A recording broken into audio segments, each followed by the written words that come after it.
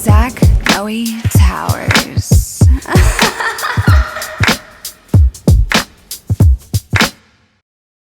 Sam Pancake. It's me. It's you. Are we starting? Yeah, I Okay, mean, great. it's just we creep right in there. Okay, I like this profesh setup. You need Is to. For me, this is Okay, compared to okay. what I do on my podcast. This is profesh. What do you do on your podcast? Is it just like an old gramophone? It's literally Victrola, like an ear trumpet and a ham radio, and just crystals I found in my meth jar. Wait, that's not right. My meth jar? Does meth come in jars? Did from me, baby. Nice. Came in Ziplocs. Oh, there's so much to talk about. Wow, where do we start? I mean, I've already jabbered your ear off with gossip and industry insider scoop Sam for half a fucking hour was already. giving me the hottest tea I've ever experienced. Now, can you imagine if I was the person who would just sit there and do an hour of that every day, like some people do? I would, first of all, I would lose all my friends and connections. Yeah. But I bet I would get so many clicks and views. Oh, yeah. Naming names. Yeah. I mean, but yeah, it'd be short-lived. It'd be short-lived. I mean, I think it would be long-lived because I have a lot of stories, but it would be my friendships and possibly my career as an actor would evaporate. Your for a career while. wouldn't. You're too talented. No. Oh, you're so kind, but I don't know. Anyway. You should do Gay Gossip Girl, Yeah. where you're just like dropping little morsels. Well, I want to write. I keep threatening to, and I've written some of the essays, and I've told some of these stories and storytelling things, but war stories from my career. But there's so much shit that I like. They're like, just do blind item or redacted, and I'm like, that makes the story less fun. Also, some of them you would fucking know who it is from the context. I think Because you of should do it. IMDb. Do it. Get that book I was money. on this show. Yeah, well, I'm have a lot. Yes, I will. I'm working on that. Not very hard, but I think about I think about it a lot. And if I ever have, like, God forbid, they're like, you have 3 months to live.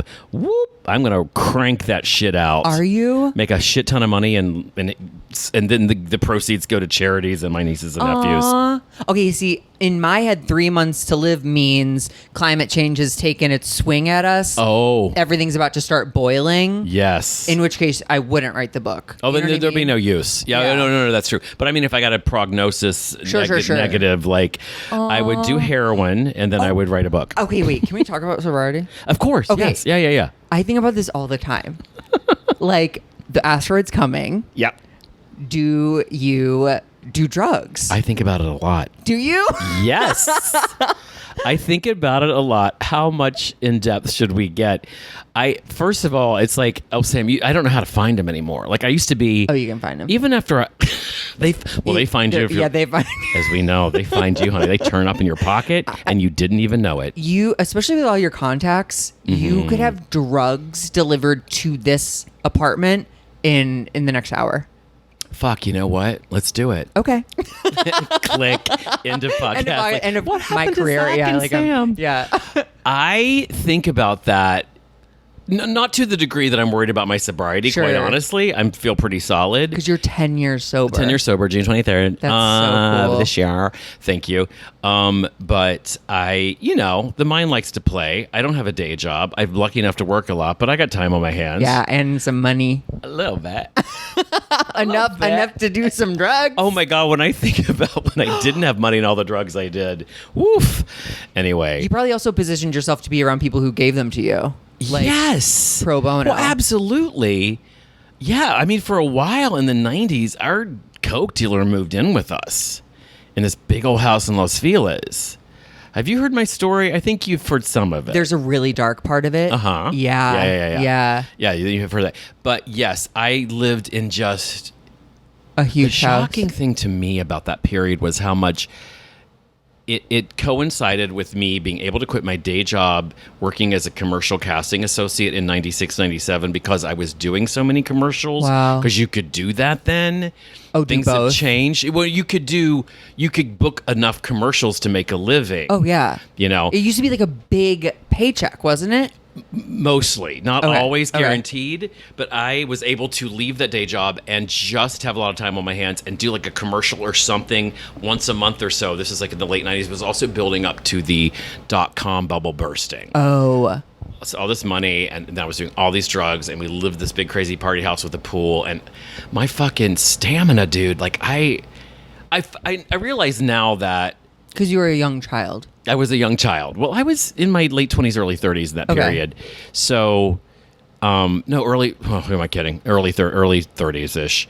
Wow. But I don't want to hammer that point down. it's fine. Thank so you. good. Thank you very much. What was I going to say? It coincided with not having a day job. So the more I did drugs, the more I kind of continued to work. But I will tell you this, and I don't mean to trigger anyone or encourage anyone to do this, but I realized later in life that meth is Adderall and Adderall is meth. It's very similar. It's the same first four letters, METH. Methamphetamine, Yeah. Adderall. And I was like kind of just self-medicating with meth because for a while there when it was, because I think you might know about like things started off fun and great. Like it took me a long time to get to the point that I was like, Sam, sober the fuck up. Like 32 years worth of it. And for a while I got so much shit done on meth in a good way. Yeah. Until it'll turn on you because it destroys your brain and eats your soul, of course. But for a you got while a lot there, of stuff done. I remember booking. I can say this shit now. Hey, go to my IMDb. I'll tell you. I do that in some of my shows where I say, here are the shows. You I were was on drugs? filled with meth. Filled with it. Friends. Yes. Oh my God, this should go in the book too. I did 2 episodes and it was only one. And it was by accident because they called me that day and I was in the middle of a little pre-Christmas meth week and I suddenly had that thing of like, I'm going to get in trouble, but who gives a fuck? You're like, no. And I was in a place where I was like very high functioning on it. It was like a little tap in the morning. It was my coffee. That's a whole long story of that. I only did Friends twice, but because it's so lauded and such still this huge part of life. Yeah. Well, it's playing all the time. All the time. You know what I mean? Like, which my residuals thank it for. Stop. But it is like I remember vividly every fucking minute of that second episode I did because I was on meth. And like even when you're there, because I did like later seasons, someone was like, what seasons? I'm like, I don't fucking know. Yeah. I think it was 2003, you tell me, because I didn't watch it that consistently. But anyway, that show I did, and I booked a pilot that did not go. That was a sketch variety show where I had to do 5 characters through the door, and I was so terrified, but the meth got me through. I'm not encouraging anyone to do it. But you can book so much work if you do. It mostly is terrible, but there's a couple things that went right. I hope that I'm not harming anyone by saying all No, this. this is primarily sex podcasts over sobriety. Well, let's pop into sex then. Oh, I can't wait. The thing I did not do With on sex? meth, right? By myself, I had plenty of like self gratification. There was a lot of that. Jerk-offs, marathons? Yeah. Back with fucking. I'll tell you a quick story about the please. days of me on meth. When it was like not the times when it was like I'm getting shit done, careers coming together. Oh God, it's literally. I'm sorry. I'm being distracted by the fact that I have barely fucking slept this week. It's been too hot, as I told Zach. So y'all, my brain. Do you need some meth? I do. It would probably fucking focus me. It really would. Wait, do you have ADD? I definitely have some sort of attention problem that if I was someone who was born in 1990 would have been You would be diagnosed on and Ritalin medicated. and stuff, yeah. At this point, I'm choosing not to do any drugs at all other than my fucking acid reflux medicine and my thyroid booster and my PrEP. Yeah. Just because I don't do well with substances, as Sure. we have found out. Sure. Ones that you can abuse. Ones I can abuse. Yeah. And no one is probably going to put me on anything. Yeah. But when I have recreationally abused Adderall, what is this thing called? Vyvanse? Provigil. I think it's called. It sounds like a book in the Bible. Right. Provigil. I think that's what it is. They give it. It's a speed, and it was like I had a friend who was stealing it from his mother. Good. And it was like, this is what they give to the military guards to stay up all night. And I was like, oh yeah, this is also meth. Just so y'all know. I hooked up with a fighter pilot. Wow. On a cruise ship, and he was How inside a car like Titanic? Did you get all the forms of transportation in there?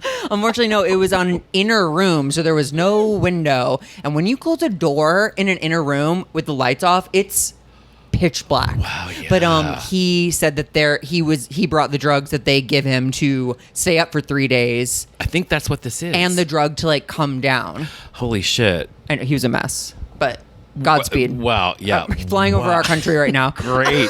Good luck, everyone. Okay, wait. I forgot what was we were I? talking about. Okay, I was talking about sex and meth. Oh, and you never combine them except for jerking off. Well, no, I would just be like, it would be like me jacking it by myself to Sure. porn, but this was VCR porn, y'all. It was not Nice. ideal.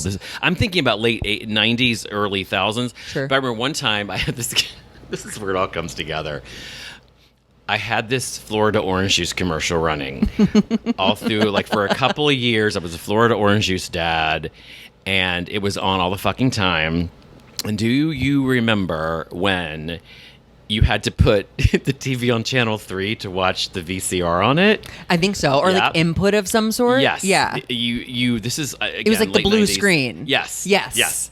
So you put it on channel 3. Wow, you just unlocked And like if you were, yeah, right. I The haven't thought things- about that in forever. It would pop, you would have to pop the video out, and then the TV would sometimes, for whatever reason, the input or whatever, would go back to a channel that was already on. Oh, no. And I can't tell y'all what this is. So I was naked, jacking it, just fucking by myself in that house in Los Feliz, my dong hanging out. I think it was that house. And I was fully bonered and by myself, and I pop out a VHS tape to put in another one, and the screen goes up, and I'm right down on it. Oh, on no. the VCR to try to get it in there. So the TV goes onto the live TV feed, and it's me looking right into my eyes on this commercial, and I scream because I've been up for 4 days. Yeah, I'm and not on my fucking mind. you see yourself. I screamed, and that's a boner killer. B, terrifying. Like me driving this SUV with a baby in the back, drinking a jug of orange juice, y'all. And I'm like, fuck! That was crazy. And I remember even then I was like, oh my God, this is a good story for later. I need to jump back in my bed and jacket. You did. It didn't deter you that long. Not that. Oh no! In a methy I minute, I had the you're- meth up in me. Penis in hand. Yeah, I've got so many meth stories. They're all kind of the same. But the thing is, yeah, it did. I will say this, and in case anyone feels like I'm glorifying it, it fucked up so many aspects of my life. It's a miracle I never got arrested or pulled over or for all the meth driving and drunk driving I did. It fucked up my relationships in terms of like these prime times for me to be having sex and hooking up and dating. And I did hook up. There were definitely hookups in the But mix it wasn't for like, sure. let's smoke meth and then fuck. No. I never smoked it, which I'm not trying to be like, I never smoked it or shot it, which I didn't. Or all the other things I learned when I was in rehab later. Sure. I was able to quote unquote wean myself off meth by 2005 or 6. I was down to like one binge a year, and then I was like, I'm done with it. So I thought I wasn't an addict. Yeah. But then I was sort of like, I'll never forget in 08 or 09 because 07 was the writer's strike, fucked me up. 08, 09 was the big financial crash, fucked me up financially. Damn. Not working and not having money were what always pushed me into drugs. Sure. Because it's so fucking boring and you're sad and you're tired. And I'm like, Check why out. not Yep. for 2 weeks? Yeah. And it's not like now because there are so many more jobs, there's so many more opportunities, there are so many more auditions. I'm lucky enough now to just get offers. I couldn't be, when I have those moments about drugs, I'm like, and then what? Because the next fucking day they're like, you have to come to Vancouver tonight for the show you're on, and I'd be like, what? Anyway, the times that I should have, and I didn't learn a lot of this till later. I'm sure people are listening to this thinking like, you're not on meth now. This is me, y'all. Meth calmed me down and focused me. Yes, I have attention problems. Yes, my brain is a blender filled with, Lots whistles of and goodies, clicks. yeah. So I love it. my boyfriend was meth, and then later my boyfriend was, even when I had an actual physical human boyfriend, my boyfriend was vodka. Wow. Because I cross-addicted to drinking in 08. And I was going to say, like, I remember the first time I was like, I miss being on meth binges. I miss checking out of my life for a week and not having to deal with it. Wow. And that's when I was like, I'm going to stay drunk as long as I can and see if I Wow. can do that. Wonderful, wonderful thing to do, Are there meth hangovers? Oh, yeah. Okay. Yeah, Is yeah, it worse than alcohol? yeah. Or just different? Trying to remember. It's different. God, I'm not, again, in a way, when I first did meth and then also with Xanax, I was like, oh, I found my dream. My meth hangovers were kind of, as I slowly came down, they were fine. But then there can be a real depression that you don't even realize is a depression. Not as bad as the depression I used to get after coming off ecstasy, which I used to do.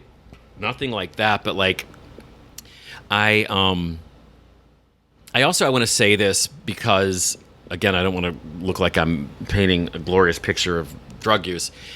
I'm a man. I'm over 50 now. If you want to know more specific than that, y'all, Google me. I grew up. I got out of high school. AIDS was rampant. I was in college. AIDS was rampant. I moved to LA in the late 80s. AIDS was rampant. I lost friends. I lost my uncle. I lost my boss. I knew a lot of people HIV positive, friends, acquaintances, coworkers who either thought they were going to die soon, and some of them did die. So I came into this, my sexual, after getting out of like repressed, terrified to tell anyone about that. I knew I was gay since I was 4 years old. I strongly, vividly remember the moment that I was like, oh shit, I want man muscles on me. I love men. It's never stopped. So you were a slut since you were 4. My brain was a slut. My brain was a slut. My brain was a slut. It was so like Exact same. Right? Since 5. I was looking up shorts. Oh, I balls was looking down like guys' shorts just to see their chests, shirts just to see their chests, anything I could see. Yeah. Looking at like, it was, I mean, the fucking thing about our brains. I mean, I know my brain now and I know how to deal with it, but you don't then. No. You know? And you're told it's wrong. The things you're thinking about. Oh my God. It was the most hotly homophobic Christian. Yeah, I was going to say, this is a perfect. Okay, so where'd you grow up? Rural West Virginia. Okay. In the 60s, 70s, and 80s. It's born in the 60s. And it was just the worst thing you could be was a faggot, a queer. And then a woman. A woman. You are from St. Louis, Missouri. Missouri. Yeah. Missouri. Where I have been. So I'm sure it was similar. Yeah, it wasn't great. And there's no YouTube uniting us. None of it. It was very isolating. Very isolating. I was terrified. I didn't come out to my friends until the end of my junior year of college. I didn't have sex until the senior year of college when I was already 21. And then the second semester of my senior year, I was like, woohoo, this is fun. But so you were straight presenting until then? Well, I mean, I thought I was. I can look back down, I'm like, who the fuck was ever fooled? So they were really being nice to like let you have your journey? It's polite. It's the politeness. Yeah. Well, in the 70s, people didn't know. I mean, everyone, you could probably today even you walk down the street in my little hometown with a polo shirt on, it's like, you faggot, you know. And I mean that in the most derogatory way. The most derogatory, ugly, not on your side That's way. That's wild. Queen. Wait, what about your family? What do they think of gay? Oh, honey. Well, you know, maybe you don't know. Why would you know? I have an older sister who was married to a man for a while. Now she's with her partner of like almost 20 years now, who's a woman. I had a sister who's now my brother who transitioned. Oh my gosh. In the last few years. I'm not going to get into too much of their stories. Of course, it's their stories to tell. No. And especially the transition. I don't know how many people know that. And then I have, so that was like, and she was, well, my sibling was, we all thought lesbian for years, but then this happened recently. Mm-hmm.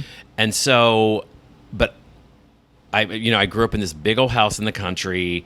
The Pancakes have been in this county since the 1740s. We still have these lands and farms there. Oh my God. It was a very, as I see now, because privilege doesn't see itself, it was a very privileged upbringing. Sure. There's a quote from a book that it's like, I grew up in a world so polite, no one ever told the truth about anything, which is from this story Drunk with Love by Ellen Gilchrist, which I used to say in my first one-man show that I do about my family and my background. Oh, of course. So, but what I wanted to talk about and hit on, I'm really fucking sorry, because I'm not giving you any room to ask questions. I love it.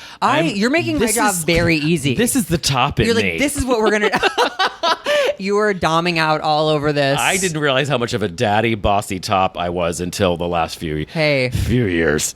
Averse too, so there's the thing, and we all learned a lot, especially once you're fucking sober. Oh, and I you're know. like, and you have to. You have to like, deal with it. Yes, and you're like, you have to ask questions about yourself and your actions constantly. Yeah. Like, why did that make me upset? Why does that scare me? Why am I turned on by that? Inventory. Yeah.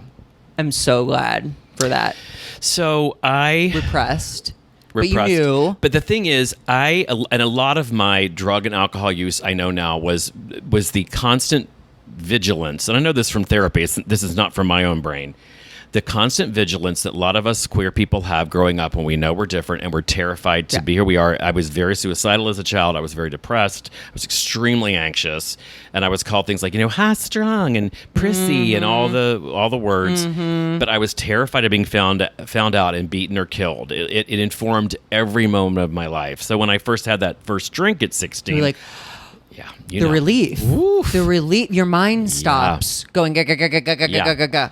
And then when I first did the first meth bump in like 95 or 6 or whatever, I mean, there might have been some earlier in my LA life, like early 90s, but it wasn't like this time where I was like, I was like, this is the answer. This is it. So, and a lot of that has to do with my brain and the way the attention and focus stuff is. And it also took away all my anxiety and fear. Wow. So, which I had plenty of.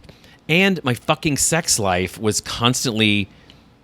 It felt like back then, it felt like a fucking minefield of you don't know what's gonna, especially for drinking. Like navigating flirting, getting and stuff. No, getting AIDS. Being infected. Okay, flirting is kind of like my AIDS. Dying. Jeez, I didn't want to die horribly like some of my friends. Oh my God. Yeah, it was like you could have, and I have talked about this before. By some miracle, remain HIV negative. And there's many reasons and times that could not have been my story. Yeah, of course. But it also, the fear of that stuff kept me out of a lot of situations, even when I was drunk, where I was like, I really want to go to a sex club and see what that's like, or go in this back room, or go off with this guy, or see what this is, where my repressed, scared self would be like, just go home. Yeah. Go home, jack off, fell asleep. Go home, don't go home with this guy. And it was not just the fear of HIV or getting the virus or any other STD or whatever. It was the one good thing about me, which I had some friends who didn't have because of their backgrounds and their experiences and their bodies. Are like, no, I have to hook up. I have to fuck with a person. I have to fuck or get fucked raw or whatever, or you forget the condom or the condom breaks.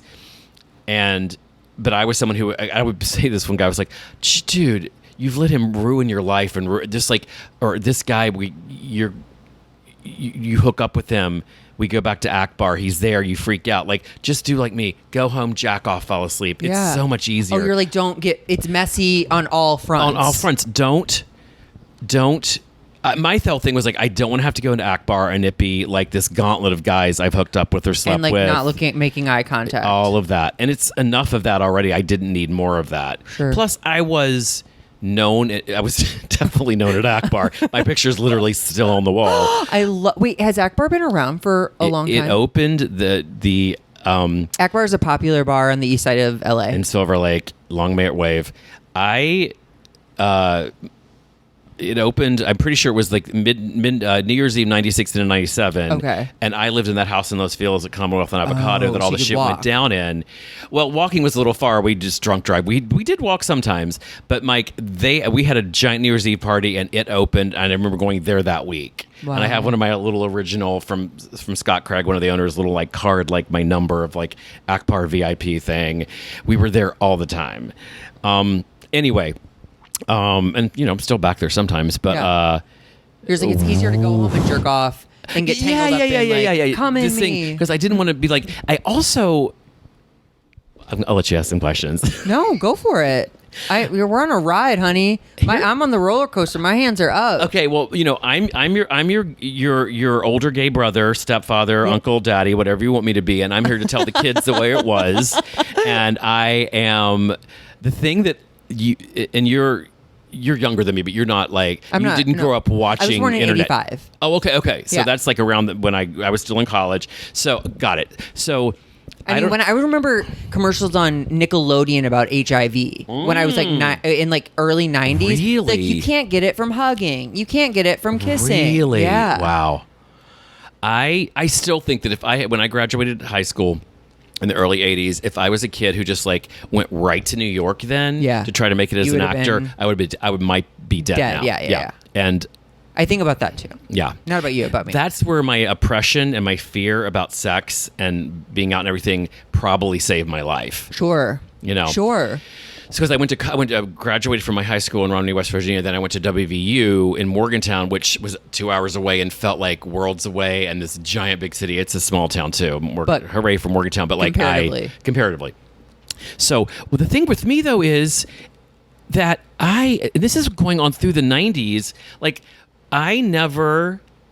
we didn't have any gay porn to watch growing up. I never saw gay porn until I saw this. I was with this guy from college who wasn't even my friend, and we were in Myrtle Beach, and he showed me this video, and I actually hated this guy. I don't know why we were hanging out. He was a part of a friend group, and he was the other gay guy. He's like, I want to show you this. Well, and that's I was why like, you're okay. hanging out. Yeah, just to point out the obvious. Yeah. When And there's then- only one gay guy in the room, you fall in love with and them. he was like, come with me to this place above this pizza store where I work, and I'm going to show you this video. And I'd never seen VHS of gay porn before. And he ended up blowing me, and I was so fucking mad. I was like, oh, he set this up. And it was like, this isn't really consent. And we'll get to the non-consensual stuff of all the non-consensual sex I had where I didn't realize that wasn't okay. Advantage, yeah. It's only recently I realized, I'm like, in college, oh, that guy, I he was sexually raped. assaulted me. Yeah. I was raped. Yeah.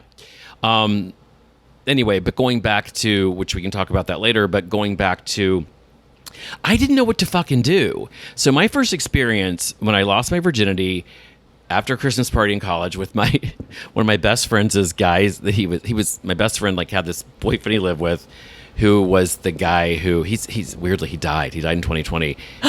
He's the guy who raped me, which is a story I can also tell. But my beloved friend who I'm still friends with, he broke up with that guy, but he was also having a little affair with this other guy who was a grad student. And we went home after a Christmas party, and he was like, wait, because I was like, I'm a virgin. He was like, what? Because I was such a sassy little salty bitch with a mouth on me. He was like, I can't believe you're a virgin. I'm like, I am. Everyone thinks, that I'm not, but that's just the front. And then he taught me a thing or two, and it was fucking great. Wait.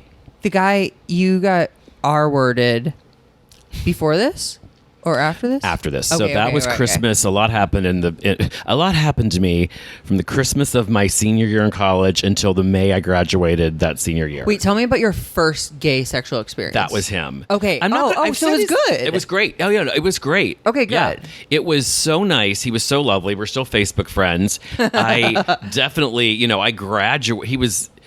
We didn't do it ever again. I don't really know why we didn't. Oh, because I was fucking everyone else who because once the word got out, I was like, oh, I'm going to have sex with this one, and this one. And I kind of got to take my pick for a while. And at least because you were like the guy, fresh, the new piece of prosciutto. And that thing where because I thought I was ugly and terrible and awful and hideous. I thought so much self-loathing. But, it was before I learned to be like, even if I do feel ugly, like if that guy thinks I'm hot, I'm not going to say no. I'm hot. There are other times I'd be like, no, mate, not me. Fuck that. But I was like, okay, before and these guys, even this one guy who I also still Facebook friends with was like, I had no idea he was bi. And he fucking, woof. But what I didn't do with those guys, because it wasn't like now where you watch internet porn, the kids start young and they know everything to do. Yeah. And these guys didn't know to get down there. If you want me to bottom for you and fucking do your due diligence. Licky. Eat it out. Like all the things you got to do. And I remember thinking enough before then that I knew that gay guys took it in the butt. I'd read stuff, I guess. Probably I'd seen erotic porn fiction somewhere somehow. Sure. And I'd seen straight porn. Yeah. So I thought it was just like a vagina. That like it would go in like, it is not as we know. It's not, if you guys didn't know before, we're here to tell you it's not like a vagina. Our PSA, and it's not a pussy down there if it's on you. So I was like, get it out. I remember the first time when the first pain. guy tried to Paralyzing. because he also had been, I'm sure he'd slept with guys who were like, it was easier. And I think it was particularly hard for me. And I did figure this out later. Like, a lot of my butthole clenching is all emotional. Yes. And some of that shit, babe, I did not work through.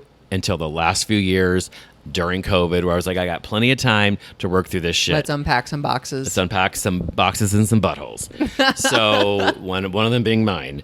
So I've always had this thing where I was always a bottom, like the spirit was willing, but the flesh was too tight. Same. Yeah.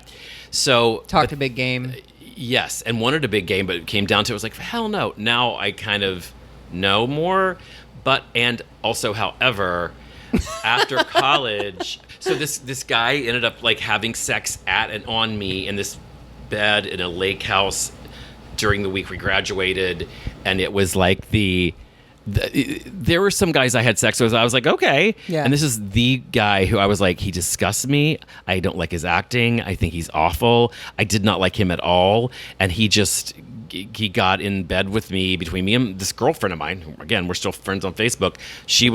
He thought, passed out. So did I. And he just proceeded to have sex on my butt.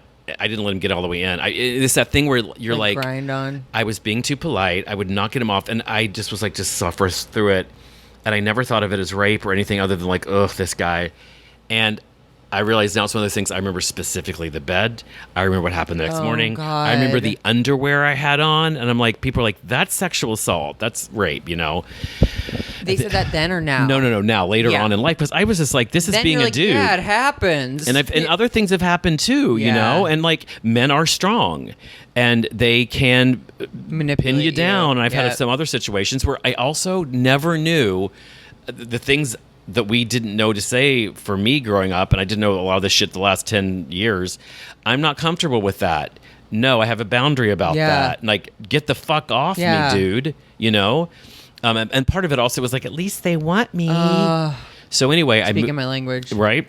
So I moved to LA. I'm sorry. I moved to Myrtle Beach for a summer. Ended up being there a year and a half. Had a boyfriend there who was this gorgeous, tall, muscly guy with a big old dick. And that's the other thing where like, along with all my bottom stuff, I somehow pulled in all these big dick dudes. Yeah. Which I didn't, because I didn't see it. Like, there was before Yeah. Grindr and Tinder. Oh, that's kind of fun, It was right? what was the Christmas present of like, You're what's like, the first what's time? in it? And so often I'd be like, holy fuck. Like, that happened a few times. It's like, I pulled it in, but what, other than blow it, was I going to, Yeah. there's a lot of things you can do. Yeah. But this guy, Edward, I remember him vividly. He wanted me to stay there and be his boyfriend. He worked at Casual Mail, and he was almost like barely talked. He was not very smart. He was this big muscle dude. And he was the Nice. first guy to eat me out. And I was like, what the fuck? I was like, this is a thing? I had no idea. And I was like, and then he was the first guy who full on with his big old dick, like fucked me in you're like, it's in great. Myrtle Beach. And I was like, he also, I remember this now because I know we had been drinking, and I think he gave me a Valium or something. Oh. Which he didn't. It wasn't in a bad way. Yeah, he was like, this will relax you. And I was like, oh my God, this is amazing. And we hung out for a while, but he thought I was going to move with Charlotte to him to be his wife while he managed the Casual Mail at the Charlotte Mall. And I was like, no, bitch, I'm gonna be famous. I'm going to be going to LA.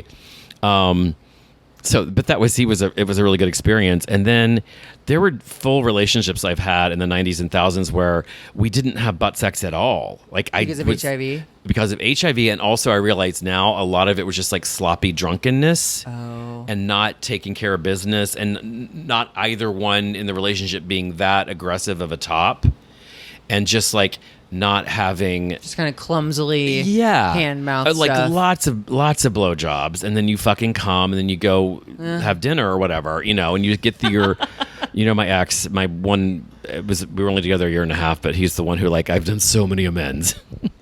I still, when I see him, I'm just like, yet again, I would like to say to you, my dear, apologize. And he gets it. He's a good guy. Wait, you say only a year and a half? That's long to me. Have you been in a lot of long-term relationships? No, I haven't, because guys would come. No. And for a while, I missed my window when I really wanted to hang in there for a great boyfriend. I missed my window in finding that guy at that time. Also, Is that a real window or a perceived window? a perceived window for me of like when I was in my 20s and wanted nothing more than to have a great hot boyfriend for, I realized later, all the wrong reasons. Sure. I thought that would, my therapist says it's ego accessory. Like, look at this great guy I got. That means I'm good. Check. Yeah, exactly. Checking off boxes. And there were a couple guys. I also made the mistake of, I'll befriend this hot guy, and because I had close friends before who, were like my college experiences. Like, if I didn't actually have sex with them, a couple of friends, I'm like, I just want to fool around with you. Like, now that you're gay, I'm like, okay. So I thought that would happen in LA later, and it didn't necessarily. I mean, it did a couple of times. That there's a couple guys where I was like, oh my god, he's the one. I saw him from across the crowded dance floor. Right. It was even pre-Akbar, or maybe it was Akbar, and just being like and making friends with them despite how awful they were. I'd have sex with the guy and work backwards, like. See, I wish I didn't do that. It wasn't good. It didn't work either. See, there you go. Because I'd be like drunk, fall in love with him on the dance floor, have sloppy sex, wake up, and then be like, oh, this guy's a tool. Yeah. You know what I mean? Well, I've done that too. Yeah. But I realized underneath all of these shenanigans throughout my life was not wanting to be seen, not actually wanting to be intimate in a relationship, because if I really wanted it to happen, I knew how it could happen. I could have picked the guy that wasn't like, and this is a perception too, like out of my league or hard to get, or like often my thing, and this has happened to me in sobriety, where like my addict shit, even though I'm sober, gets connected with another guy's addict shit who is not sober, and have this crazy sexual fighty. So you've crazy, had like the person I talked about earlier. Yeah. When I got here and I was telling you about that person, that kind of either a mental illness, drugs, alcohol thing. And I don't mean extreme mental illness. I just mean like whatever I always active addiction or whatever's going on. Like it's a mania, because I got a little bit of that in me too, for sure. It comes through the family. And I'm not bipolar, and I've also been with bipolar guys. I've really made the rounds. Sure.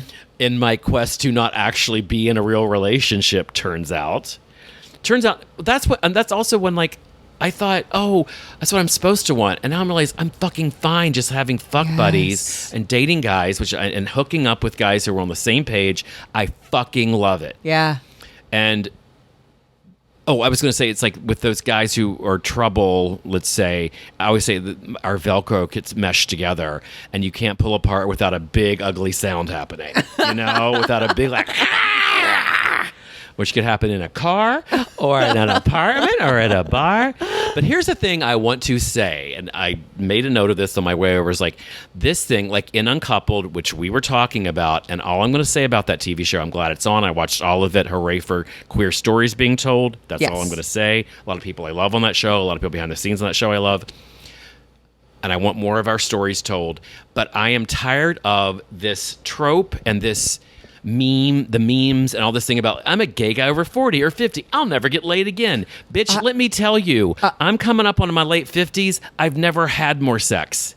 I'd be fucking not every day. Like it's not you true. Have access to it. It's not. Yes. It's a myth. I mean, this thing, if we're going to get real about this, once Hinge and Grindr and everything, these guys want to sit on a fucking beard. Like I'm growing it back now because I had to shave it for work. But like, in fact, this one guy on Hinge was like, "Let's meet back up when your beard grows in." And I was your like, buddied in beard, because he'd never seen me without one. But he was out. It's this whole thing. But I was like, I get it, dude. I get it. You're into the beard. It's like I'm into certain aspects of you physically, and that's fine. It's a starting point, and it either happens or it doesn't, and no bad feelings. I'm like, I fucking get it. Yeah. And it's a thing, and like I'm verse. I can do.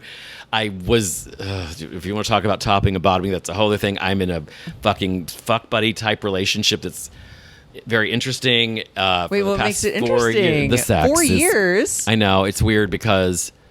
Is it on again, off again, or is it? It's just. In and again, my out friends again? don't get it. My therapist is even. I've never heard anything like this.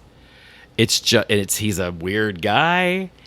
I don't have romantic feelings for him. Okay. I don't have emotional feelings other than like friend. Okay. He, from the very beginning, was clear. We can be lovers. I can never be your boyfriend because of stuff in his life I don't want to get into. Yeah. We're both on the same page in terms of what we like. Has limitations about what he'll do and not do, which is another reason I would never be with him, because Okay. I only can fucking bottom for him. Oh. Or try to. I don't always, but like he's definitely the top. Okay. He.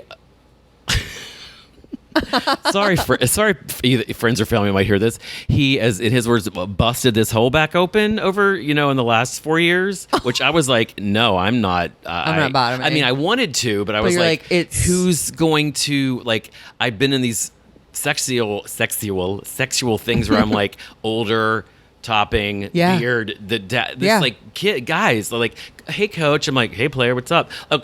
This is through Instagram. Yeah. This isn't even for fucking Instagram. Has You can been fuck my on any app grinder. if you try hard Hell enough. Yes. Yeah. You could fuck on fucking. I can't think of a damn it. LinkedIn. I can't get in a good Yelp. joke in. It's great. I was gonna say Airbnb, but of course you can. That's not even funny. The news app, you'll figure it out. But because Honey, of your like daddy run, just whatever it is and what they project on you, and that's my if I did stand up again. If I did some corny gay stand-up, I'd be like, hey, because there is that thing like, I won't date an actor. And even my therapist has said to me, like, because there's this actor who likes me, and he's like, Sam, no, you can't date another actor. Which I am always like, I don't want to do that to another actor because I don't want someone to do that to me. And my whole shtick is like, hey, why wouldn't you be with an actor? I can play any role. I got costumes and wigs. No. I'm verse. I can do role playing. I can do voices. I can do whatever you want. And you get in some of those fucking sexual situations, you're like, yeah, boy. I can do all that shit. It's fun for me. Yeah. And as I grow, and like, thank God, because how much about should I say? I've grown into my topness and my daddiness, and I fucking love it. And because my thing for so long was like, I had to pretend to be young, and young means like, all dewy and fresh, like I ever was, with a fucking Marlboro Light hanging on my mouth and a fucking seven Manhattans in me, like, hey, just like, because I had this. Again, this kind of like bottom fantasy about, and that's all fucking daddy issues. That's straight up daddy issues. just the flip side. Just the flip side of me, like when I wanted to be like the little boy for Yeah. someone or the bottom for That's someone or daddy whatever. Yeah, issues. that's daddy Yeah. issues. Which all money issues are daddy issues too, which I've learned through therapy. I have a great therapist. Wait, really? Who's gay. It's all about your relationship with Money? who's Oh, in you charge and who's in charge of the money and who's in charge of the power and who calls the shots. Because money is freedom. Yes, it is. And I didn't security. know that. Yeah. And daddy is where the money and the security comes from traditionally in the family Sure. and the structure often. That's part of My it. dad has never figured out money. Yeah, yeah. My father was definitely the purse string holder. And now he's dead. See what happens? No. Wow. No, that's not. It's not related. So yeah, Wait, you're leaning to the daddy thing, which you like. I do. I am. I Oh, can with do this it. guy. You said this guy opened up your pussy or something. Busted your booty. Busted that hole back open. He busted that daddy hole back open because he is he's in his 30s and he's into fucking older guys. Which is a thing. And I had this fling with this really good guy in 2020 who sadly didn't live in town, and it didn't work out for a few reasons. Where we just fucked for 10 days straight. Wow. All over the city. Wow. That was really fun. And then oh my God, I've had so many. I had a great pandemic. I worked a lot, fucked a lot. Wait, how did you navigate fucking? Were you you were tested for work? Well, I was tested for work, first of all. Yeah. And then part of it was I'll have to say this. I was in Vancouver in the fall of 2020 because I recur on this ABC show, which you could easily look up, but I'm afraid to say it on this because ABC is going to be To the Goldbergs? fired. No, I did the Goldbergs a couple weeks ago. I knew you. Yeah. I'm Sam Pancake has been in every TV show. Everyone. a lot. I've been in a lot of TV shows, and I still don't own a house, so don't come. That's the part of the daddy thing I'm not doing. Where I'm I'm putting any sort of bill? I'm a generous dad. Oh, I can be very generous, and I am. Well, that's one thing I think, I am. One of my things I talk about my one person show is I did not have an older gay Role models performers. There were older gay out-ish actors in New York at the time, Yeah. but here in LA and I worked in casting and I worked in acting, Wow. and there were very, very few people were in the closet.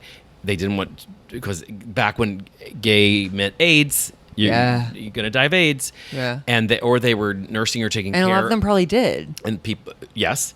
And some of them did, and some of them died, or they're taking care of their partners. And it was just this, we lost a whole fucking generation of gay men, a little bit older than me and my generation. I lost a few close friends. It's still something I don't like to think about deeply. I'm really grateful for the cocktail, and I'm really grateful for PrEP.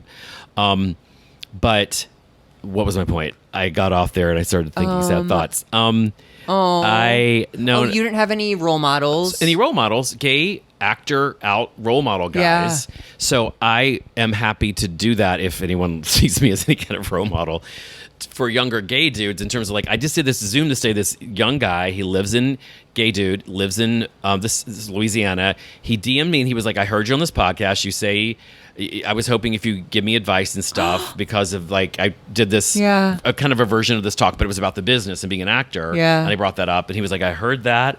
It was on this podcast I completely forgot I did. He was like, you said this and this and this. And I was wondering, he's such a sweet, very handsome young Southern boy. Well, young, he's 25. And I was like, yeah, I'll Zoom with you. And we Zoomed this morning, and he was like, I'm thinking about getting in the industry. Can you answer my questions? And I was like, you're mentoring. Yes, exactly. Yeah. So I'm not going to do that for everybody. Yeah. But when someone reaches out like that, and I do it for a lot of people. Like, some of my children, like Roz and stuff, you know, where I like, and my child Casey, and like all these other people who I'm like, trying to be. Well, have you ever heard with mentorship, an ideal mentorship, both people are benefiting from it? Yes. Well, I feel benefit. It's a way to give back. I don't have kids. I'm not going to have kids. I don't even have a pet. Okay. 7 nieces and nephews. I have 4 younger siblings. I have tertiary caregiver. 8,000 cousins on both sides. Yeah. My cousin on my mom's side, my second cousin, she lives here. She's moved here at 18 to LA. She's in makeup school. She just graduated. I'm like helping her, doing whatever I can. So that's the way I give back. But also, I'll take you out to lunch. Like this kid who's like, I might come out and visit. And I'm like, oh my God, please. I'm like, yeah, I'll take you to lunch. I'll show you around. But then the thing with me, I have to be is like, the thing is, because I know how that felt back then, is like, I want to be clear to this person, this is not sexual or romantic or whatever. This is a friendship. This is business and friendship. Yes. Yeah. And I tell myself that too, because of course I'm a horny dude where I'm like, oh, fuck. Hey, hi. And there are guys I've met through Instagram who are just like, hey, daddy. And I'm like, hey, boy, like, yeah. You end up like sexting or doing all the things we do, or some of them move here or they visit and you have a great time. Yeah. But that's in the beginning. That doesn't start through like, can you give me business advice? Because that's abusive. It's power. Yeah. Yeah. Now, there have been times in my life for sure that I have not behaved well, especially in the 90s where like I was working in casting and every third person in the world was like, hey, this or that and the other. And I am sad to say I got so many of my friends commercial agents because that was easy for me, but like I did not get laid out of that at all. Oh. The only times I had sex on the casting couch was with my boyfriend at the time. And I was running these commercial auditions, and there was a couch, and he came to visit, and I was like, let's fuck on the casting couch. How funny. He was another one in a long line of like giant dick. Couldn't fit it in me. I didn't know how to make it work. He didn't know how to make it work. We were both drunk a lot. And he's someone who I'm like, I wish I could have a do-over. And then I ran into him at a special meeting that we know about. And I was like, here it is. And sadly, he was... betrothed? No. He just was very mentally ill and had a lot of problems and was struggling. And just... I tried to be friends with him, and I got out of that relationship in the 90s because he was really verbally abusive. Wow. And that had not gone away in the same pattern of like, stop. Great in the beginning, and then slowly he would tell me everything that's wrong with me, and then it would get really ugly. But at least he knew he was mentally, he had mental illness. You know? Wow. Anyway. But my God, we had some really fun sex back in the day. Oral sex? Yes, well, we had, yeah. Or you fucked him? No, I never fucked. Again, it was full. These guys that I've kind of ended up with were tops. Capital T. This is the 90s, early Party 2000s. Tops. Yeah, they were all tops. There's a certain kind of top that can really sniff me out. The big dick ones? Some of them like that, for sure. And it's like getting jobs and offers, or like when you get to a certain point, if you're me, and you're like, you could, thank Christ now, I do the audition, I literally forget all about it. Because I've learned, or the shows that I recur on where they pin me or have me in, only happens when I'm not expecting it. Sure. Like literally, and it's that thing. It's like a Jedi mind trick where like, if you're thinking it won't happen right now, and like it will, it literally happened yesterday. Where I got off my podcast, I was like, "You're on hold for this movie," which I may or may not do. Because you've recalibrated your brain to be satisfied with where you have, and then everything's icing on the cake. And that is the life lesson, and I think it's been one of the meanings of my life, because the meaning of your life is the meaning you give your life. That's free will, and I believe that. Yeah. And what you learn and grow, and if you hang in there and persevere, and God knows I'm from privilege, and I'm white, and even though I'm queer and grew up in the time I did, there are a lot of experiences that I'll never have because of my privilege. That being said, that I persevered and hung in there and stuck to my guns and not killed myself when I wanted to, and not drank myself to death when I wanted to. You do reap the benefits later. And one of them has been, and this is some of my young people that are my friends and kind of mentees. I'm like, who are still in their 20s, early 30s, like, oh my God, I can't stop thinking about that audition and how do I get this and how do I get this? And I'm like, you gotta let it go. Like not being attached to the results and getting your recovery of not getting something. Because I remember the recovery either of wondering if I get the thing. Oh my God, maybe I'll get it. Maybe it shoots today, and you're like, they might still call, and then the next day you're like, maybe the shoot got pushed. Oh, the rationalizations we make. And if like now, or I find out that like you test for something that would change your life and you don't get it. And I've been there a few times. And like my recovery time, and like, oh my God, speaking of hot, your fucking neighbors walk by. Recovery. Stairs. He came down the stairs. Yeah, daddy. Oh fuck. I think he has like a big dick too. He definitely does. And that's the kind of daddy I'm not. That if you want that daddy and I want that daddy, I'm not that daddy. Yeah. Were you looking in the mirror? Oh no, I was looking to see if he's gonna walk by. It's also one of those things where if someone was talking out there, it would sound like they're in my kitchen. Oh wow. It's like this thin walls. Yeah. Cheap apartment, thin walls, love it. Never want to move, but acoustics. Just that's the way it is. But yeah, he's very like he's daddy. Yeah. That is interestingly the kind of guys that I'm really attracted to that I usually never get or get to hook up. Jedi mind trick. But I haven't tried it. I haven't. I have told myself that they won't want me. Oh, you can't feed your brain garbage like that. Exactly. So it's still a work in progress. Progress. Yeah. I don't like to congratulate myself. Not true, but I think I'm doing well for like 4 hours of hot box sleep last night.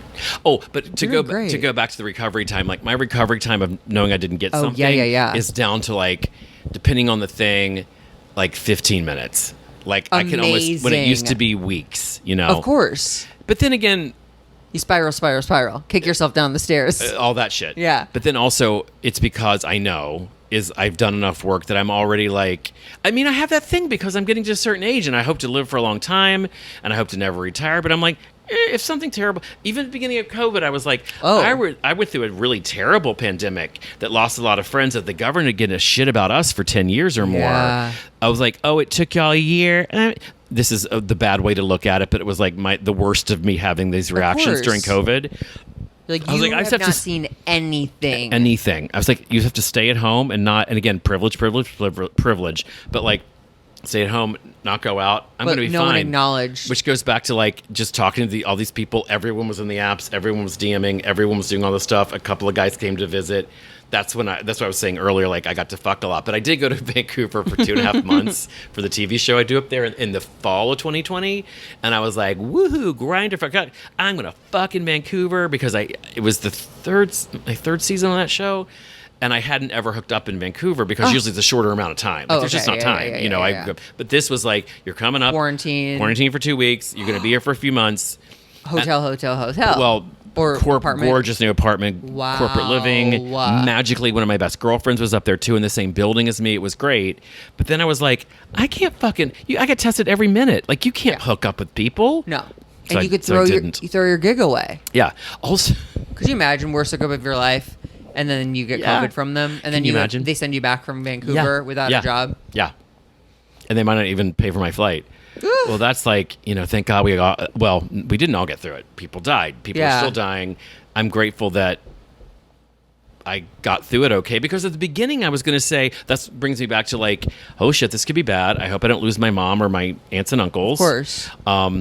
and some or older people that I know or anyone I know, and I luckily kind of didn't. Not like AIDS. We're like People were. don't get me started. Yeah. But I was like, hey, if I get because at the very beginning we didn't know, but remember we didn't know what was going to happen. If it's going to burn through us like the fucking bubonic plague. At the beginning, I thought we were gonna have bodies on the street. Yeah. Because everyone in Italy was like, you have no idea what's about to happen to you. Like medieval shit. I'm going to go medieval on your asses. Yeah. That. So I was like, if I die now, I will be okay with what I've done. I feel clean about it. I'm glad I'm sober. I can look at my higher power with whatever happens. I don't know what happens after we die. Yeah. I've recently been thinking it's like a ride at Six Flags. Like you die and you're back, like you've gotten off that ride and you can like pick a different ride. That lines up with what I think. I do think that like, that thing where people, my therapist a lot because he's a good therapist and he's helped me a lot. But he's also a Buddhist and he doesn't bring that into it at all. But like when I ask him to, because I had a friend who ended up dying of AIDS in 2017, which is a whole weird long story and a lot about probably mental illness and mismanagement, and just that's a whole other story. Sure. So like this shit still happens, and it was one of my closest friends that I still miss every fucking day. But he just couldn't. In sobriety, we talk about you can't manage your life, the mismanagement of things. Yeah. Before it's one of the reasons I had to stop drinking is I just couldn't manage my life. And this person had, even though couldn't manage anything, but wasn't drinking or drugging. So we're not sure what happened there. But the point was he wouldn't take care of his life. This is before he died. The story is getting rambly. But like my therapist would be like, well, if he doesn't take care of it now and he dies, you just have to come back in and take care of it in your next life. And I do kind of... I'm open to a lot of stuff and that lines up with my shit. That's why I'm like, of course I'm not going to be able to take care of all my issues and problems and fears and challenges in this lifetime. But, I want to take care and clean up as much stuff as possible. Let's play a round of hot or not. That's where I'm going to pitch things and you tell me. Don't you want to talk about not. fucking some more after my super intense breakdown? Okay. Sex outdoors. Depends, but mostly I'm going through my own experience with it, or what in general? Do you find it hot or not? I'm just trying to think. And then you can like back it up with like times that it was good or times that it was bad. In the pool, not hot. Side of the pool, possibly, depending on the surface. At the beach, not hot. No, sand. In a car, is that public? Sort of. I've certainly given blowjobs right off Santa Monica Boulevard. Hell yeah. For free. I didn't know we could charge for those. That reminds me of I have a friend who's a sex worker, and I was telling him about this, like, because some of these guys, especially over COVID, like, getting into these sexting threads on WhatsApp or whatever with this guy who lives in Europe, and just like me just like fulfill this, like writing basically erotic fiction, going back and forth role playing. And he was like, you get paid for that shit. Yeah. People pay for, I was like, I do? I should get paid for this. But my what did that pop Sex into? outdoor blowjobs. Blowjobs. Times where I should have gotten paid and I didn't. What did that into? Anyway, camping. That was fun and also, but hard on the ground in a sleeping bag. I think overall, especially at this point in my life, I'm open to adventures, but I'm like, let's get in the bed or on the floor or like where we're all comfortable and we have lots of options. I threw my fucking back out and fucking this guy all over fucking Palm Springs in LA, and because he was a lot bigger than me, and I like, that's where you learn about your body. Were you topping him? Yes. Wow. And it was fun, but I was like, oh, dude, I'm sorry. Dad, and he was also like 20 years younger than me or more. But over 30. That's how old I am. Yeah.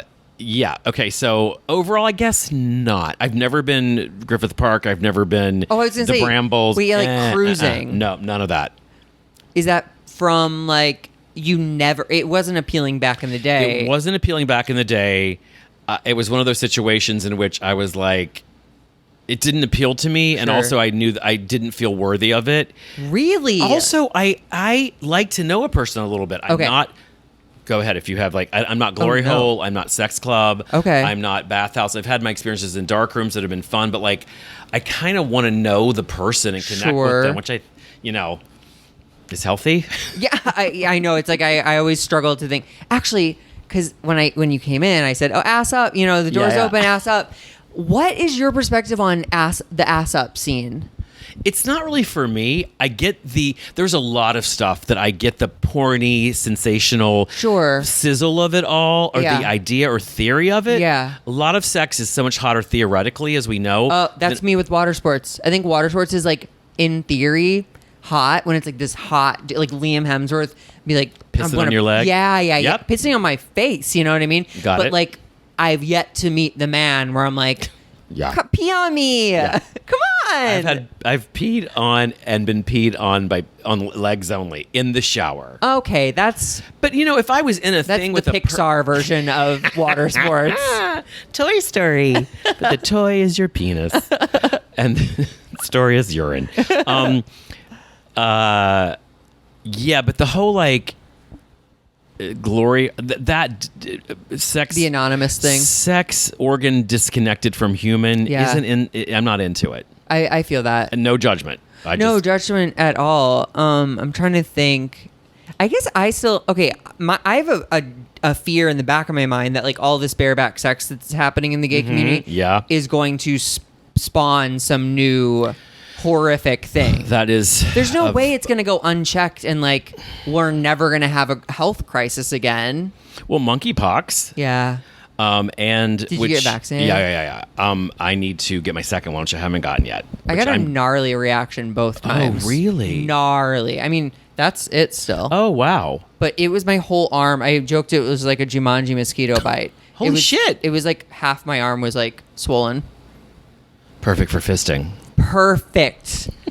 And the second hole, I got a little bit shamed.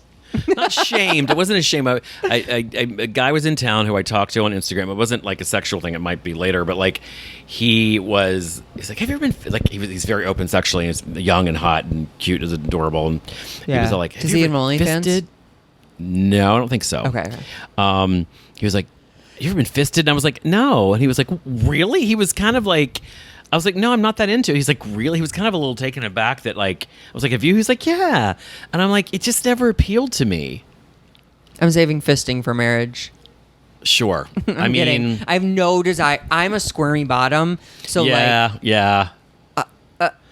I mean, an arm? Yeah. I mean, for all the work I've done on getting this home busted back open, it's still. It's not that still, open. As one of my exes used to call me, with the one that casual male. whitey ass you tidy. He was not white, and I am white, and a lot of it is just he also said one time. That was he was like your parents aren't in the room watching us, Sam, and I was like, well, now they are in my mind. Oh, because you were tight, you couldn't relax. Biggest dick, and Yeah. he was not. He just wanted to fuck. Oh, be like, babe, no, And he didn't want to. it's never gonna be me. But my God, it was so beautiful. I still think about it. It is truly though, your body tells you. It's like a lie detector for if they want the dick or not. Because Yeah. I've had little dicks that hurt. I've had big dicks Yeah. that felt great. I'm Yes. and it's all oh, Yes. I'm not spiritually aligned with this penis. Yeah, that's so very true. Yep, it's true. Yeah. And I also had that period after I got sober in 2012 where I had a dry spell of and I don't want to discourage anyone from getting sober and thinking you're not going to have sex. This is all me. Mm-hmm. I had the longest dry period, 2.5, 3 years after I got sober, where I barely, which is in retrospect, in hindsight, good, because I could Yeah. have easily just switched over to that, addiction wise. But the sex, the quality got better. I'm assuming. the quality got a lot better, and also what am I trying to say? It wasn't till later, and I found this book that get this woman I used to live with had an ex-husband, and he left this book. I'm sure he was trying to get up in her butt.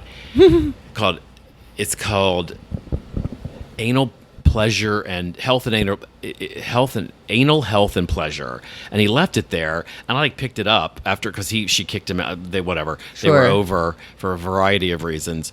And then that's what over COVID I was like, oh, let me read this, and it's a good book, and I learned a lot about all the situation down there because I grew up because again we didn't talk about anything below the waist. You didn't have internet porn.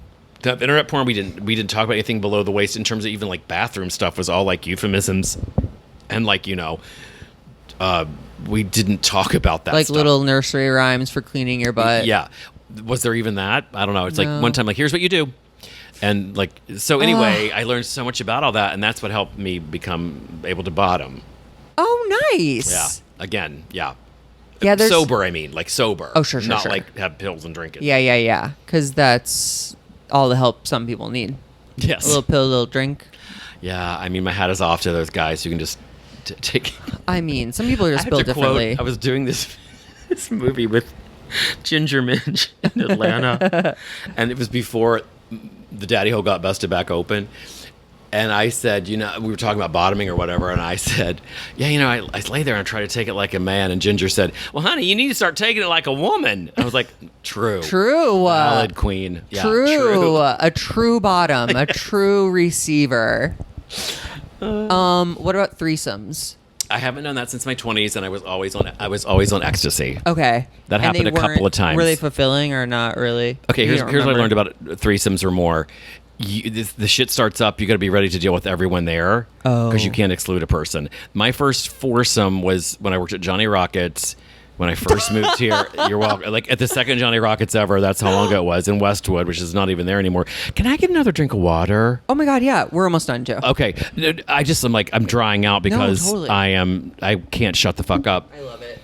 I had this. We were on ecstasy. We had there was it was a foursome, and two of the guys, me being the fourth, two of the guys, one was my manager, and one was another guy I worked with, and one was this guy we picked up at a restaurant in Westwood, and it all started going down. And two of the guys I was like couldn't wait, and the fourth one I was like, this is the last gay man I want around me but we still did it. So when I started living at that big crazy house in Los Feliz, there was all kinds of sexual shenanigans all the time. Sure. Was it all gay guys? Sexually, shenanigans wise, yes, and the roommates were all gay guys. Okay, yeah. And the parties were like giant, everyone all the time. They were. That sounds so fun. I'm told legendary. Yeah, of course. I could just list the names of like all the people who it was crazy. 96 to 2000. Anyway, wow. That's where I started first doing Crystal to stay up all night to be a good host, a good Southern host for these parties.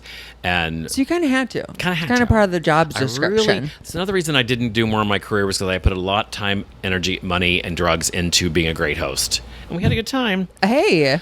So anyway, we had a hot tub and a pool. And I remember a few times in that hot tub being like with four guys, two of them, me being the fourth, three or four more guys. It's like it getting late, people leaving, hands going around. I'm like, I'm going to get out of here because I want to have sex with this one and this one. I do not want to have sex with Stinky Gary. Right. I am not letting him touch me. I don't want to. Not worth it. It's like not worth it. Go upstairs, jack off, fall asleep. Yep. Even when I was on Crystal, which is meth, I was just like, I'm gonna like. You should get that like the live, laugh, love. Go home, jerk off, fall asleep. Yeah. Yeah, I mean, it saves you a lot of time and heartache and trouble. But, like, I get it. I'd rather be with another human being, too. Yeah. I was so many times I was too afraid to be with him either emotionally, diseasually, or HIV-usually. Sure. And I dated, and I'm not trying to be shaming at all. Y'all, in the 90s and 80s, I dated guys with HIV. We had sex with condoms. I didn't really bottom for them. Yeah. But I was not excluding or stigmatizing anyone. I'm just saying it was a true valid concern, especially when you watched your friends die in front of you. I was going to say, really, the only people who could possibly talk to you about that are other people who lived through it. Thank you. Yeah. No one no one, you know how the young queers in the internet are, where they can't wait because it's like all of them. I'm like, good for you, God bless. I can't wait to talk to you about this in 25 years. Yeah. And I changed a lot too because I was that person in my own way. Sure. So I get it. But we all are. It's a. Daddy's home. Yeah. I've dropped subtle hints over the years that like my door's always open in case you need a cup of sugar, honey. Ass up. But it has yet to manifest in any real way. Well, I'm trying to think of when I fucked a neighbor. I had a roommate who was hot and gay guy, and he started fucking our neighbor, and it went real bad. Real bad, real Yeah, fast. there's a guy across the street. Yeah. There's a neighbor that during the pandemic when we were all horny but weren't supposed to touch each other. Yes. I went to his, like, basically the doorway. He was on his bed and I jerked off on his kitchen floor. Oh, while he watched. Uh-huh. That's hot. It was kind of hot. See, my thing about COVID too is like this fuck buddy that I had, like that was another, because it's always like, because we're not so, again, not emotional, not romantic. He can be kind of a dick, but He sounds great. I know. I keep saying that. I have so many friends who are like, get rid of him, but he's just like, I don't know what to tell you other than I'm pretty dickmatized and we have a good time. And my Christ, can he make me come?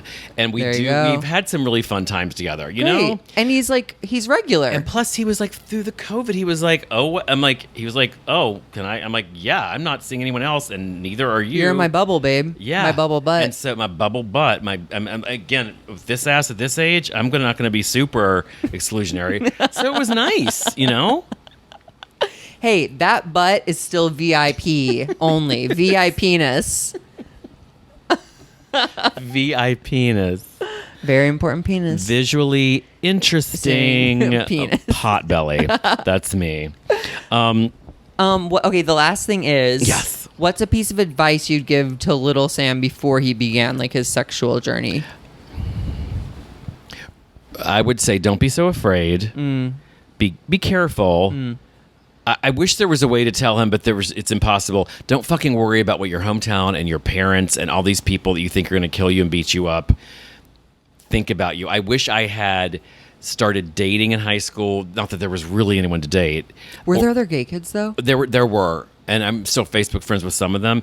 But one of them who also weirdly, that was the thing in the last 2 years. My high school bully died, fairly young. I mean, in his 50s, and this guy who raped me died, and he was also in his 50s. Within 2 years of each other during COVID, and neither of COVID. Karma's patient. So one of the other gay kids was my bully. Wow. Like he did some shit to me that was clearly like looking back now, I'm like, oh, you were being abused at home. Yeah. You know. So anyway, I would have just like stopped being so concerned and afraid. I would have not been so afraid of my own body and its pleasure. I would have. I don't know. There's so many things I would have told him.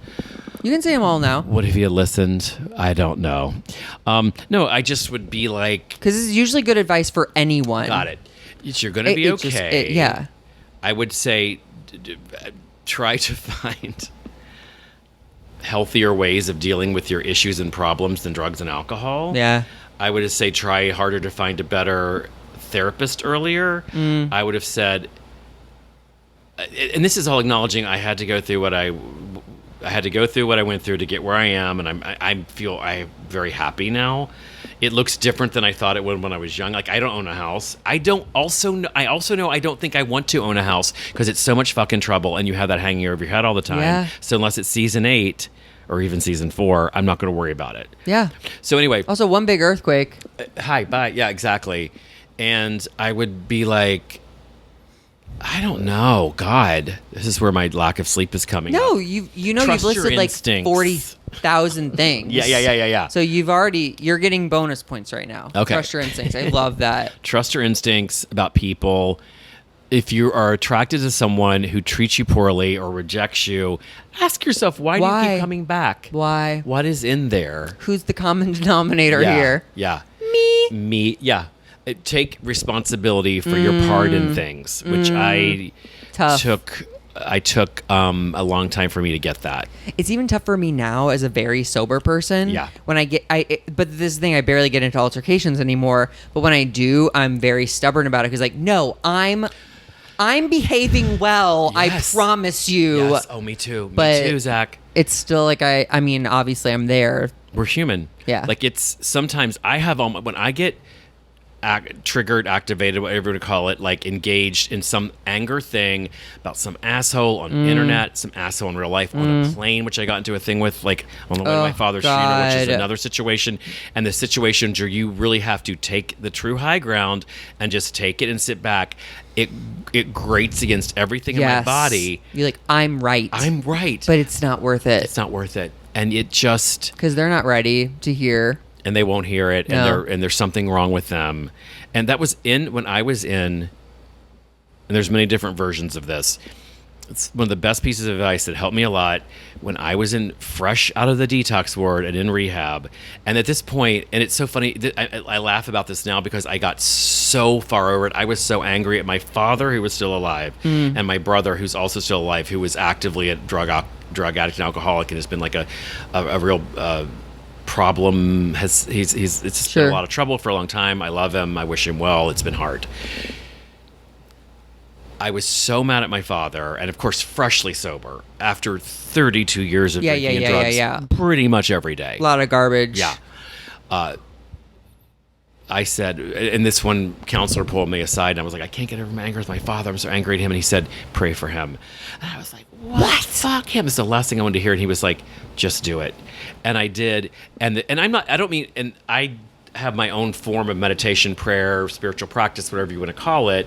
It has evolved a lot, which also keeps me sober, and I do it every day, which is more advice I would say to myself, like, meditate. Stay sober, like, maybe 4 days in a row, and see how you feel. Take a month off. That's a big one I would tell myself. But with the father thing, I was like, you don't have to feel it. You just can sit down and say the words like, I love you, I forgive you, I want to move on from this. And honey, let me tell you, shit starts to shift. Because you're feeding yourself. Yeah, you're crying again. Feed your subconscious different food. Because they do die. You know? We all do. And I got complete closure with my father before he died. And of course, the son of a bitch, like, we had to fly back. He's going to die bedside. We had the big moment. He lived 5 more years. Stop. Oh, yes. Managed to drain off all this money because he blah blah blah. Stunt queen. Oh, it's so perfectly him. But I love him. I forgive him. You have to move on. You have to let it fucking go, because there's so many things he gave me that I'm so grateful for, including my crazy name and my sense of humor. And here I'm going to start crying again. Oh, and all this fucking heavy shit from history, and. You just like, oh, well, this is my duty. This is my job now. This is, how do I clean this up? How do I help, not fix, but how do I contribute healthily? Yeah. How do I help end the trauma? And how do I be of service to help others? Yeah. That's beautiful. I hope so. I think so. Okay, good. Wait, tell the people where they can find you. Oh, my name... My name is Sam Pancake. Yeah. If you don't know, I'm at thesampancake. Oh my god! At Instagram.com. Instagram and USA.Canada. Eat me. And then I am J Sam Pancake on Twitter. I have a public page on Facebook. Oh my TikTok podcast. Oh, your podcast. I'm on TikTok, but I don't really do anything. Yeah. My podcast is called Sam Pancake Presents the Monday Afternoon Movie, which is where I have guests, which I hope you'll be one day. Yeah, of course. Where we look at these movies from my childhood and young adult, TV horror movies from the 70s and 80s. You know, I love horror. Oh, that's right. I'm seeing Pearl tonight. The sequel to X, or the prequel to honey, X. Honey, I missed it somehow. I only saw X last week. I'm so jealous of you. I loved it. But me too. But sadly, the night before when we saw Nope, I saw the trailer for Pearl, and my fuck buddy friend, who I also go to movies with. We are not dating. I'm fully single. I want to make that clear. Slide if into you want to the slide into the DMs. DM, no, seriously, do it. When I did Nicole Byer's podcast, People, honey. You got some. I got the deluge, and I loved it. Anyway, send me nudes, send me all the shit. I'm good with it. Do it. But I didn't realize that Pearl was the prequel. And then he said, like, that's the prequel to X. And I was like, bitch, I kind of No, know. It's okay. It doesn't give away anything. It doesn't, but then I want to know nothing.